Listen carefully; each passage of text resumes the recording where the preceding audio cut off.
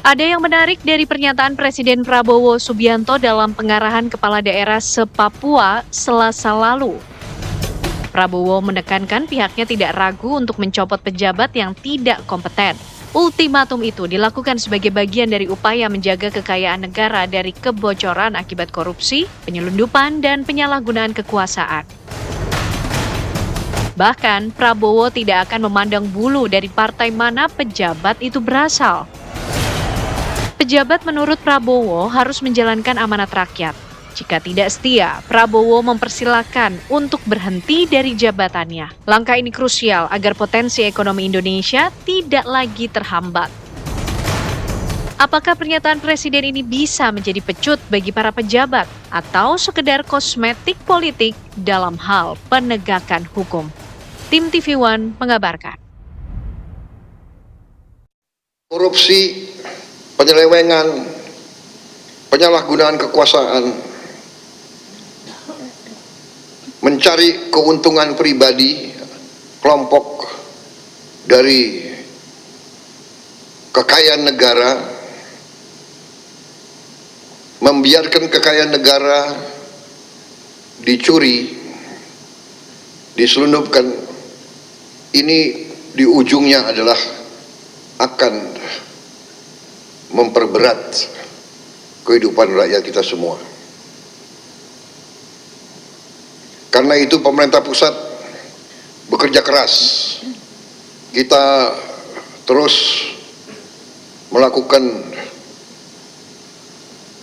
upaya-upaya menegakkan hukum, mengusut segala penyelewengan, dan kita tidak akan ragu-ragu mencopot, memecat pejabat-pejabat yang tidak mampu tanpa memandang bulu, tanpa melihat partai mana, asal-usul, suku mana, agama mana, ras mana. Siapa yang tidak bisa setia menjalankan tugas rakyat, kita persilahkan untuk berhenti dari jabatan-jabatan pengabdian kepada negara dan rakyat. Ya, jelas ini ultimatum yang diberikan oleh Presiden Prabowo Subianto nantinya bisa memecat, mencopot lagi pejabat yang tidak kompeten begitu ya dalam hal mengurusi rakyat dan juga kekayaan alam di Indonesia. Apakah kemudian akan ada reshuffle? Tapi kan kita akan lihat dulu sebenarnya seberapa tegas dan juga seberapa penting ketegasan dari Presiden Prabowo ini. Sudah hadir bersama kami sejumlah narasumber, sudah ada staf khusus Kepala Staf Kepresidenan, ada Mas Timothy Ivantriono. Selamat pagi Mas. Selamat pagi. Terima kasih sudah hadir. Waalaikumsalam warahmatullahi wabarakatuh. Dan juga sudah hadir pula ada Mbak Deni Nurhayati, Direktur Komunikasi Deep Intelligence Research. Selamat pagi. Selamat pagi Mbak. Dan juga seperti biasa hadir bersama kami ada analis politik UIN Jakarta, Mas Adi Praetno. Selamat pagi Mas. Sehat ya Mas. Selamat pagi. Assalamualaikum warahmatullahi wabarakatuh. Waalaikumsalam warahmatullahi wabarakatuh. Seperti sapaan tegas dari Mas Adi gitu ya. Kita ingin tahu sebenarnya Mas Timothy, ketegasan dari Presiden Prabowo ini seberapa penting untuk mengakhiri pembiaran yang mungkin selama ini terjadi. Itu kan kata Pak Prabowo sendiri. Silakan Mas Adi. Ya, pertama kan peringatan Pak Presiden Prabowo itu sudah berulang kali disampaikan. Terakhir yang paling tegas itu berkaitan dengan bencana ketika sidang kabinet tanggal 15. Bahwa Pak Presiden memperingatkan kepada pejabat jangan sampai ada wisata bencana. Datang ke lokasi bencana hanya foto-foto atau gimmick-gimmick tapi tidak berdampak gitu. Nah, lalu itu dipertegas kembali ketika rapat dengan kepala daerah se-Papua dan juga BP 3 OKP ya.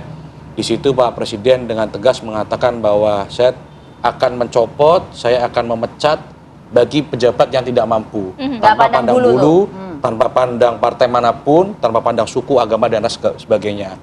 Nah, kalau saya lebih ingin melihat pada tataran konteksnya ya. Konteks rapat itu kan ditujukan kepada kepala daerah yang daerahnya itu kaya sumber daya alam. Papua ya. Diberlakukan otsus, lalu juga transfer ke daerah, dana desanya juga besar. Itu artinya Pak Presiden memberikan warning yang tegas, keras, bahwa jangan sampai para kepala daerah ini melakukan tindakan-tindakan yang melanggar hukum ya. Sebagai contoh, Pak Presiden sampaikan jangan sampai ada pejabat yang memperkaya diri sendiri di atas penderitaan rakyat. Maksudnya Itu begini sudah Mas, jelas. kenapa kemudian Pak Presiden harus setegas itu bahkan di forum rapat terbuka begitu? Ya tentu ini kan bagian dari evaluasi Pak Presiden ya. Pak Presiden merasakan mungkin selama ini ada pejabat-pejabat yang kurang memiliki empati terhadap apa yang dirasakan oleh masyarakat. Ya, mungkin juga evaluasi terhadap kinerja yang dianggap mungkin kurang perform gitu. Ya kita bisa kilas balik lah bahwa selama 1 tahun pemerintahan di awal Pak Prabowo itu sudah melakukan 3 kali reshuffle ya. Artinya evaluasi itu berjalan dengan nyata, berjalan dengan baik dan Pak Presiden tidak ragu-ragu untuk memecat begitu ya. Sebagai contoh mungkin ada menteri yang dianggap menimbulkan kontroversi sampai didemo oleh para pegawainya. Itu juga Pak Presiden Masih ingat kita ya? langsung di reshuffle gitu. Mas Ivan, tapi kalau berbicara mengenai akan mencopot, memecat pejabat yang tidak kompeten, tidak mampu tadi Anda katakan. Ini indikatornya dari mana? Apakah berbasis kinerja atau laporan langsung dari lapangan dari masyarakat atau lebih ke dampak dari kebijakan yang dihasilkan, Mas? Ya tentu kan begini, Pak Presiden juga memantau bagaimana kinerja dari para menteri, para pembantunya ya. Dari kami KSP juga melaporkan kepada Bapak Presiden. Dari Pak Seskap, dari Pak Mensesnek juga tentu melaporkan kepada Bapak Presiden. Nah berkaitan dengan opini masyarakat ini kan juga Pak Presiden itu setiap malam selalu memonitor media sosial dan juga media online ya. Podcast-podcast dari para pembantunya ini juga ditonton oleh Pak Presiden. Dari situ Pak Presiden melihat dan juga mengevaluasi tentu para pembantunya ini apabila ada pernyataan-pernyataan yang tidak sinkron dengan visi misi Presiden, apabila ada kebijakan-kebijakan yang kerap kali mungkin tidak linear dengan apa yang diisi kepala Pak Presiden. Tentu kan Pak Presiden ini punya punya isi kepala sendiri ya. Bagaimana mengarahkan Indonesia ini menuju Indonesia Emas 2045 dari asta citanya dan juga turunannya. Nah, tentu menteri-menteri ini dilihat performance-nya berkaitan dengan mungkin program prioritas MBG, CKG, Sekolah Rakyat, Sekolah Garuda dan segala macamnya. Dan begini, Pak Presiden ini kan sangat mengutamakan kesenjangan ya. Kesenjangan ini adalah bagian integral dari semua program Presiden.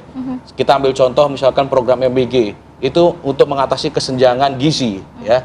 CKG untuk mengatasi kesenjangan akses kepada layanan kesehatan. Sekolah Rakyat itu untuk mengatasi kesenjangan terhadap akses pendidikan ya. Itu bagian dari integral kebijakan Presiden. Nah, jangan sampai menteri-menterinya ini tidak bisa perform begitu. Ya tentu kami meyakini bahwa ketika Pak Presiden sudah menunjuk seseorang menjadi pembantunya, itu sudah melalui pertimbangannya matang. Tetapi kan seiring dengan berjalannya waktu, seiring dengan berjalannya kinerja, capaian-capaian dari pemerintah Presiden Prabowo ini tentu menjadi catatan penting ketika akan mengevaluasi seorang menteri. Begitu. Kita bergeser dulu ke Mbak Neni. Mbak Neni, Anda melihat apa sih sebenarnya konteks dari pernyataan Presiden Prabowo itu begitu tegas, bahkan dinyatakan di depan para kepala daerah, di tengah juga bencana yang mungkin masih terjadi di wilayah Sumatera hingga Aceh. Anda punya data apa? Iya, jadi kalau saya lihat dari data yang ada ya, percakapan di ruang sosial media itu menunjukkan sebenarnya ini langkah progresif yang dilakukan oleh Pak Presiden. Karena publik tuh udah frustasi, publik tuh jengah dengan kondisi yang ada. Bagaimana kemudian ketika para elit datang ke sana, ke lokasi bencana, itu hanya untuk pencitraan semata. Sementara misalnya warga, bantu warga, kita berbondong-bondong, bergotong royong untuk membantu di teman-teman di sana gitu ya, kemudian warga di sana, di Aceh dan Sumatera. Nah ini kan ada kontradiksi ya, yang kemudian itu memicu kemarahan publik, memicu emosi publik. Kalau kita lihat sebetulnya dalam percakapan di ruang sosial media, itu disampaikan jangan sampai apa yang kemudian diniatkan oleh Pak Prabowo berkaitan dengan tadi misalnya ancam pejabat itu hanya sekedar omon-omon saja. Tetapi harus betul-betul ini menjadi implementasi yang nyata karena publik itu sekarang butuh tindakan nyata. Jadi kalau dapat disimpulkan ini tone-nya lebih kepada negatif ya, selama satu bulan ini, Mbak. Iya, betul. Kalau kita lihat sebetulnya dalam sentimen publik yang ada di sosial media gitu ya. Memang itu lebih banyak kepada sentimen negatif gitu ya. Sentimen negatif kenapa? Karena tadi sebetulnya satu sisi mengapresiasi langkah Pak Prabowo, tapi kemudian di sisi lain ini tentu menjadi catatan bagi publik terkait dengan kinerja-kinerja. Sebenarnya muncul juga misalnya Mas Adi, muncul di ruang percakapan publik juga kapan nih untuk ganti Kapolri misalnya gitu ya. Kapan, jadi Terbaca semua juga ya berarti terbaca ya. semuanya gitu, karena kita juga mengharapkan sesuatu hal yang kemudian itu bisa ditunjukkan kepada publik. Soal reformasi Polri ternyata kemarin kan soal keputusan dan kebijakan-kebijakan yang menuai kontroversi untuk hal juga. ini ada nggak Yang sih pernyataan sangkut Prabowo. pautnya kalau Anda melihat percakapan di media sosial terkait statement dari presiden sendiri di publik dengan mungkin runtutan bencana dan sebab akibat sebelum bencana dan lain sebagainya. Ini juga di-up juga nggak sih oleh publik di media sosial? Iya, tentu sebenarnya kan dari sejak awal ya, pemberitaan tidak terlalu banyak waktu itu. Kita di media sosial kan mulai diviralkan. Kalau dulu kan kita mengenalnya agenda setting media ya Mbak ya, di mana media-media mainstream itu membuat framing, membuat isu. Tapi kan sekarang bergeser tuh menjadi intermedia agenda setting. Netizen is power gitu ya. Public voice is the key hari ini maha gitu benar ya. netizen gitu ya. Maha benar netizen. Nah, kemudian ini diangkat gitu oleh teman-teman ya makanya kenapa muncul ada banyak influencer kan yang pada akhirnya itu menjadi perbincangan publik dan kemudian mendapatkan simpati banyak juga, karena kan di ruang sosial media ini cepat sekali Mbak untuk mengganggu psikologis publik kan gitu. Bahkan ada orang yang distress karena problem terhadap negara gitu. Sebenarnya langkah ini tuh perlu diapresiasi, tapi kapan mau dieksekusinya? Nah, Dan publik itu juga yang menanti. dipertanyakan oleh netizen. Betul, publik mempertanyakan hal itu, termasuk kan dalam percakapan di Twitter.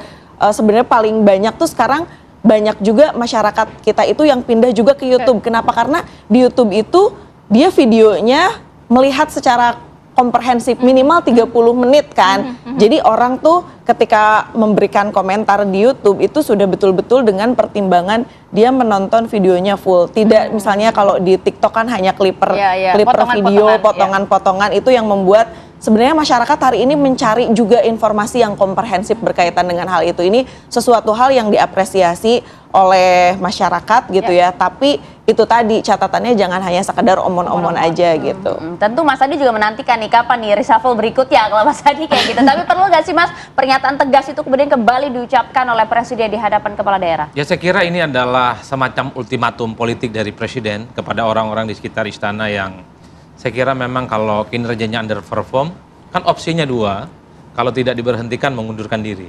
Kan itu yang saya kira statement-statement yang berulang kali disampaikan oleh Prabowo.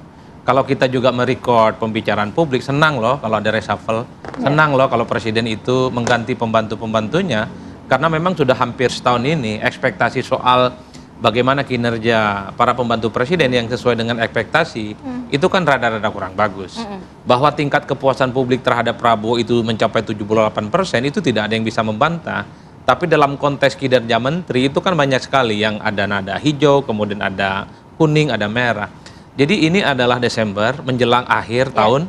Publik berharap betul loh ada pergantian. Biasanya akhir tahun kan evaluasi Dan ya, tahu nggak? muhasabah gitu ya. Ngomong-ngomongin aja nih Mas Adi memang. Hal-hal yang sifatnya dalam tanda kutip ya ganti, memecat gitu ya, kemudian mereshuffle itu adalah sesuatu yang sangat disukai oleh publik. Ketimbang apresiasi kemudian responsif, itu adalah pembicaraannya tidak lama. Tapi ketika Presiden mengatakan akan memecat, mencopot siapapun dia tanpa pandang bulu, tanpa pandang agama, suku dan ras, publik itu senang. Dan saya kira selama setahun 2025 ini Presiden sudah membuktikan itu. Betul 3 kali yang dilakukan telah melakukan reshuffle ya. Di Februari itu ada Menteri Pendidikan Tinggi dan Teknologi yang kemudian di reshuffle. Padahal itu kan baru seumur jagung, baru 4 bulan. Kemudian di bulan September itu 2 kali, tanggal 8 dan tanggal 17. Saya agak hafal karena nulis soalnya. Dan coba bisa kita cek loh, di 8 September itu siapa yang dipecat adalah mereka yang saya kira kontribusi terkait dengan pemenang Pilpres, orang-orang yang dianggap dekat dengan istana, dengan pemerintah. Jadi Pak Prabowo ini sepertinya ingin menggunakan dalam tanda kutip ya tangan besinya. Nggak ada kompromi kalau memang nggak perform. Tapi ada sesuatu yang menurut saya klik dengan statement Pak Prabowo dalam konteks kekayaan alam, sebenarnya itu cukup luar biasa, tapi selama ini diselewengkan, kemudian mungkin ada oknum-oknum yang memperkaya diri, itu sejalan dengan buku Pak Prabowo yang Paradoks Indonesia itu. Kita ini kaya luar biasa, tapi pengelolaan sumber daya alam yang dilakukan oleh tangan-tangan yang tidak bertanggung jawab, entah itu elit pusat, provinsi, kabupaten, dan kota. Kata Pak Prabowo, kalau ini terus dilakukan, saya kira publik akan mendukung itu secara signifikan. Karena itu juga menjadi perbincangan juga di publik Iya. gitu, Betul. hal itu kan. Kan persepsi publik terkait dengan penegakan hukum di Indonesia luar biasa loh, 76%.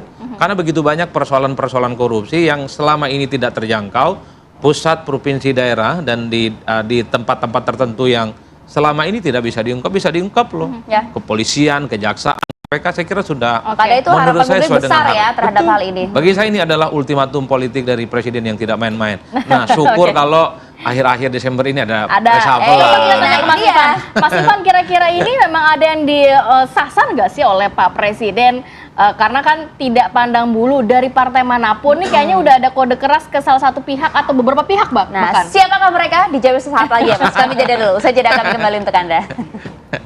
Saya juga dapat laporan dari penegak hukum, dari TNI sendiri melaporkan ada pejabat-pejabat, ada petugas-petugas TNI yang terlibat. Dapat laporan juga petugas-petugas Polri terlibat. Dan beberapa instansi, ini benar-benar saya berharap Panglima TNI dan Kapolri benar-benar menindak aparat-aparatnya yang melindungi kegiatan penyelundupan ini.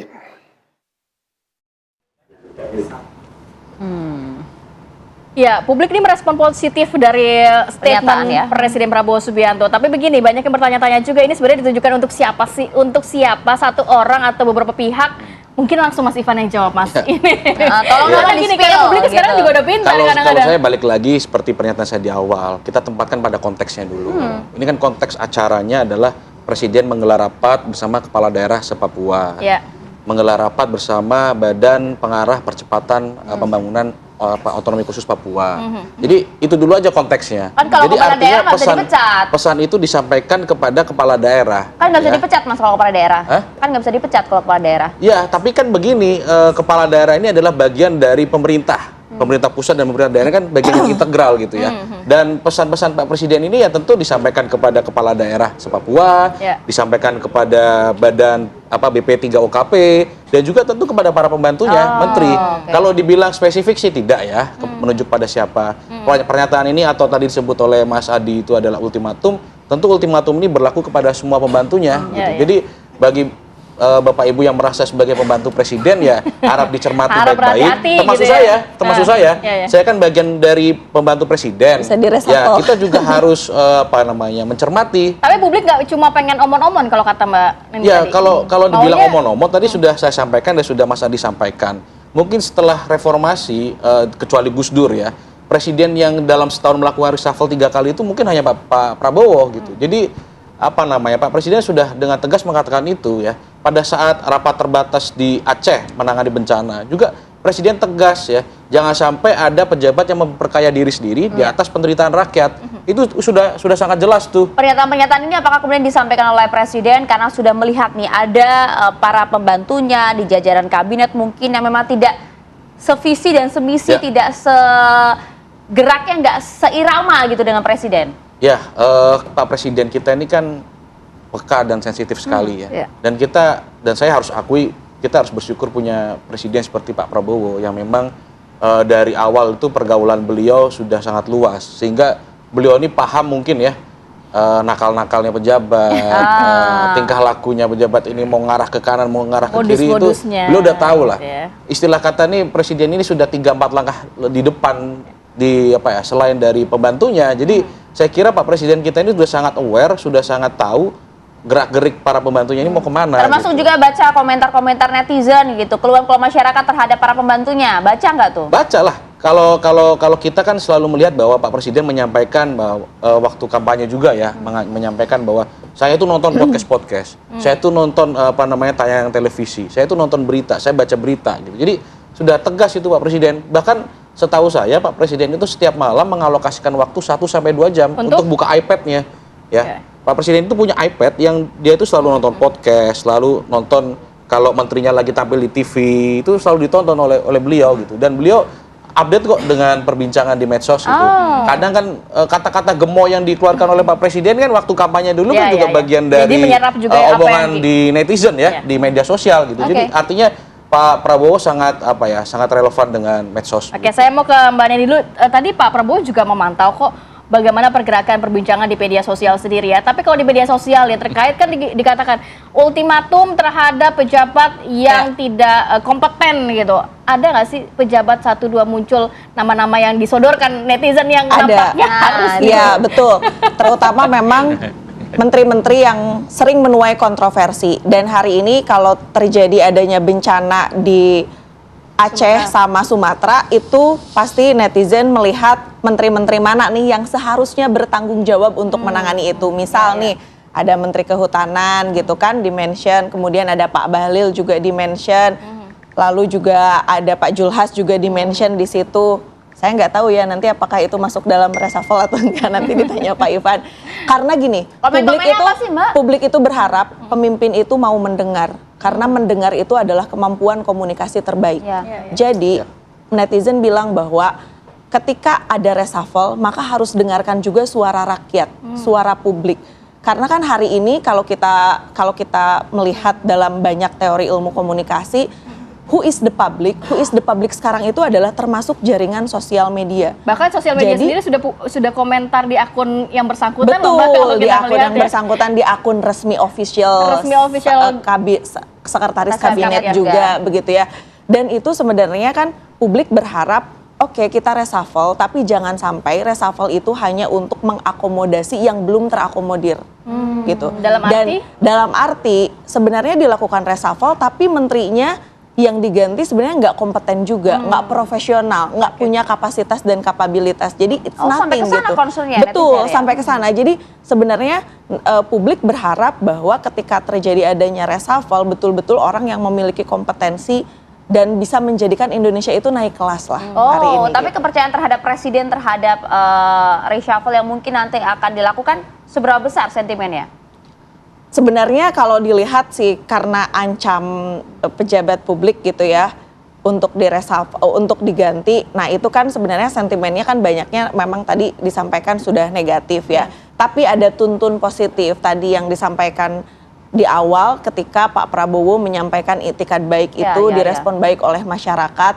Tapi masyarakat tentu berharap bisa melibatkan ada meaningful participation lah di situ. Jangan sampai kemudian sebenarnya reshuffle itu hanya untuk kepentingan elit semata, hanya untuk kepentingan politik pragmatis, tapi tanpa melibatkan kepentingan rakyat dan kepentingan publik. Jadi suara publik itu betul-betul kita berharap kalau tadi Pak Ivan bilang sebenarnya dialokasikan sering nonton podcast, kemudian juga nonton menteri-menterinya di TV, ya mohonlah untuk didengarkan. Mas Adi, penasaran juga ya ternyata kalau melihat kan Presiden juga senang menyentil gitu ya para pembantunya, baik menteri-menteri dan juga pejabat. Tapi kalau Anda melihat kan ini sebenarnya kalau Presiden sendiri akan benar-benar mengambil langkah tegas nggak sih? Kan karena masyarakat juga pengennya nggak cuma omon-omon Mas Adi, pengennya benar-benar tadi dikatakan kalaupun reshuffle benar-benar orang yang kompeten begitu loh Mas. Iya.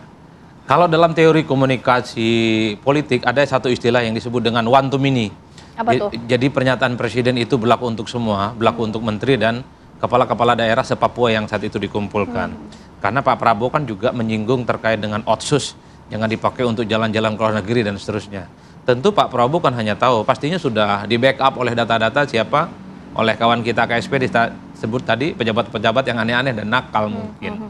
Bagi saya ini adalah semacam early warning sebenarnya, bahwa di sekitaran pemerintah, di istana, para pembantunya jangan main-main.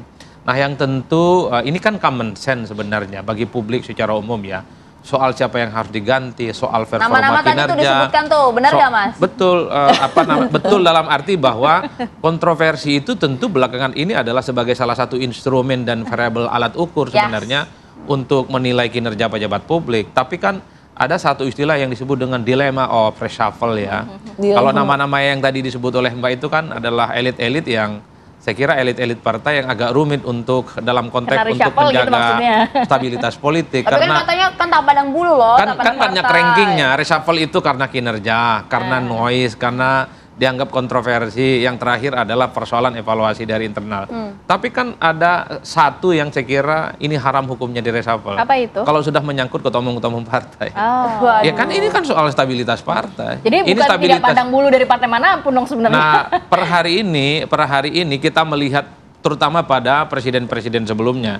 Nyaris tidak ada ketua umum partai yang jadi menteri, apapun itu judul menterinya itu kena reshuffle, belum, kecuali ada persoalan kasus Kalau Anda korupsi. melihatnya Prabowo Nah, Subianto per berani hari nggak ini nanti publik berharap kalau kita bicara tentang rekaman, pembicaraan, record, pembicaraan netizen, ya tutup mata udah selesai. Apapun dikau, kalau kinerjanya tahu oke, mau ketua umum partai, sekjen partai, mau satu partai dengan presiden, kalau betul tidak sesuai dengan ekspektasi, mestinya ganti udah kayak gitu Itu dia, aja Mas kan. Ivan, betul Kalau nggak? itu sesuai dengan selera publik. Nah. Tapi kan sekali lagi selera publik itu bainas sama wal lubang sumur. Jadi antara langit dan lubang sumur dengan suara elit. nggak jauh, ada jauh batas banget, besar. jauh banget, jauh banget. Jauh banget itu. Apa yang menjadi noise di level publik belum tentu noise di level elit. Nah, Ini itu dia loh, Mas Ivan. Ini itu sampai intinya. nggak? Iya memang. Noise-nya sampai nggak? Jangan sampai ini kan karena nggak cuma Mas Adi aja, netizen juga begitu. Jangan-jangan nggak pandang bulu antar partainya. Ya dilihat dulu levelnya nih. Kalau elit partai ya tunggu dulu gitu. Ya pertama begini, kan kita juga harus menghargai atau mengapresiasi apa yang sudah dilakukan oleh Pak Presiden ya. Sebagai contoh misalkan Bupati yang ada di Aceh meninggalkan tugas, disersi kalau bahasanya Pak Presiden, malah umroh begitu. Itu kan juga dari kader dari partainya Pak Presiden sendiri juga. Dan itu sudah ditindak dengan tegas juga oleh Pak Presiden, dipecat atau diberhentikan gitu. Jadi artinya langkah Pak Presiden pun terhadap internal Partai Gerindra sendiri pun sudah sangat tegas begitu ya. Dan saya kira yang disampaikan oleh Mas Adi ini adalah bagian dari opini publik juga ya. Cerminan survei ini terhadap penilaian kinerja menteri kan juga menjadi bahan masukan kita, menjadi bahan pertimbangan kita. Tapi sah-sah saja dong pernyataan itu? Sah-sah saja. Sekarang kan sudah begitu banyak lembaga survei yang merilis penilaiannya, memberikan ranking siapa yang terbaik, 10 besar ya, 10 terbawah dan segala macam. Itu kan tentu menjadi bahan pertimbangan dan masukan. Dan kalau persoalan ketua umum partai, saya rasa bagi Pak Presiden ya, yang notabene juga ketua umum Partai Gerindra, ya bahkan juga ketua Dewan Pembina, Pak Presiden punya concern betul terhadap elit-elit ini. Tapi dan saya bilang tadi Pak Presiden ini juga pergaulannya di elit luas gitu loh. Bagaimana? Jadi takutnya secara histori memang belum ada ketua umum partai yang di-reshuffle oleh Prabowo Subianto karena takutnya ada gonjang-ganjing politik nantinya. Ya, saya kira begini, kalau yang lampau memang belum ada sejarahnya begitu. Akan ada berarti nanti ke depan. Kalau saya bilang bukan berarti tidak mungkin. Bagi saya begini, Pak Presiden itu orang yang sangat fair ya. Kalau memang ada menteri dari manapun itu dianggap kurang perform, underperform, tentu akan menjadi evaluasi. Ini kita bisa identifikasi loh Mas, siapa nama-nama elit partainya loh. Persoalan reshuffle atau tidak itu kan balik lagi Allah walam. Itu kan kehendaknya presiden, prerogatif presiden. Tidak ada yang tahu gitu. Bahkan hari pelantikan saat pelantikan menteri pun hanya Pak Presiden dan Allah yang tahu gitu. Jadi apapun itu kita kembalikan kepada penilaian presiden. Kita percayakan bahwa presiden itu selalu memantau kinerja dan mengevaluasi kinerja. Dan terbukti ya bahwa 3 kali reshuffle ini kan kita lihat gitu. Misalkan ada menteri yang pada sebuah peristiwa sensitif tidak muncul di publik, tidak bisa mengontrol atau mengendalikan atau situasi lebih kondusif begitu kan. Itu kan juga akhirnya diberhentikan oleh presiden. Dan pada saat diberhentikan itu juga Pak Presiden tidak langsung menunjuk penggantinya kan. Artinya Pak Presiden mementingkan opini atau pendapat rakyat. Sudah kita berhentikan dulu, baru nanti kita sambil jalan kita evaluasi dan akhirnya kan baru ditunjuk menteri penggantinya kan begitu kira-kira. Jadi buat saya Pak Presiden itu selalu mengedepankan warga, masyarakatnya. Termasuk dalam penanganan bencana kan perintah Presiden juga selalu utamakan keselamatan warga. Apapun itu semua untuk kepentingan rakyat, begitu. Jadi saya kira Pak Presiden dalam berbagai bukunya yang tadi disebut oleh Mas Adi Pray juga sudah sangat tegas bagaimana visi misi Presiden dalam menjalankan pemerintahan ini. Jadi ya atau tidak akan ada reshuffle dalam waktu dekat? Allah alam bisawab. Mbak Neni, mungkin apa yang perlu dicermati juga dari media sosial, apakah memang ini pergerakannya organik dalam arti tidak ada beberapa pihak yang memang mungkin kayak kita tahu ya beberapa tahun belakangan ini banyak sekali nih buzzer yang dengan kebijakan tone-nya kok positif terus ini organik atau gimana biasanya Mbak? Betul. Nanti mungkin kita setelah ini saya perlihatkan kepada Pak Ivan ya. Jadi memang ya Mas Adi, jadi dalam tools big data ini memang kita bisa mengidentifikasi apakah percakapan ini dia dikendalikan oleh human, dia dikendalikan oleh integrasi human dan robot atau dia dikendalikan oleh robot. Nah, hari ini kalau kita lihat integrasi antara human dan robot, kemudian robot dan humannya masih tinggi lah. Humannya masih tinggi, tapi tentu ada catatan-catatan, ada banyak akun-akun fake gitu kan. Terus ada di situ digerakkan oleh robot dan ada integrasi human dan robot. Itu juga yang mungkin menjadi catatan. who are they? Siapa sih mereka gitu? Itu bisa dilihat akun-akunnya siapa aja, ngomong apa, jam berapa dan di mana. Gitu. Dan itu saya kira menjadi catatan penting juga ya, karena sebenarnya kami ini kan selalu campaign ya untuk membangun ekosistem digital yang sehat. Dan ekosistem digital yang sehat itu menurut saya harus dimulai dari keteladanan pemimpin. Dari pemerintahan gitu ya, baik itu di DPR atau pemerintah gitu. Karena dari situ kan termasuk juga kementerian-kementerian gitu. Jangan sampai menggunakan gitu ya pemborosan anggaran untuk membayar tadi buzzer lah atau influencer lah dan lain sebagainya. Itu tentu yang tidak kita harapkan, karena yang nanti akan muncul itu menjadi tidak organik percakapan di ruang publiknya. Nah, itu kan yang dinantikan publik saat ini kan, karena yang organik itu ya menantikan bahwa ini nggak cuma omong-omongan begitu ya, Presiden tidak hanya ancaman semata tapi betul-betul dilakukan. Siapakah sosok-sosok yang kemudian akan diperbaiki, Akhir akan jadi tahun tim yang kata lebih Mas Adi solid nih kira-kira siapa nih gitu ya. Kita nantikan. Doa akhir tahun. Doa akhir tahun. Kita nantikan hingga awal tahun nanti apakah ini benar-benar terjadi. Terima kasih Mas Adi, Mas Ivan, matur suwun. Terima kasih. Mbak Neni, terima kasih. Iya, terima kasih. Assalamualaikum. Baik, kita harus jeda dulu sinak ya. Nanti kita hadirkan informasi. Ini ada sebuah video yang juga beredar di media sosial di mana memperlihatkan kondisi salah satu makam pahlawan di TPU Ploso, Kabupaten Kudus yang telah dicor beton. Sesaat lagi tetap bersama kami.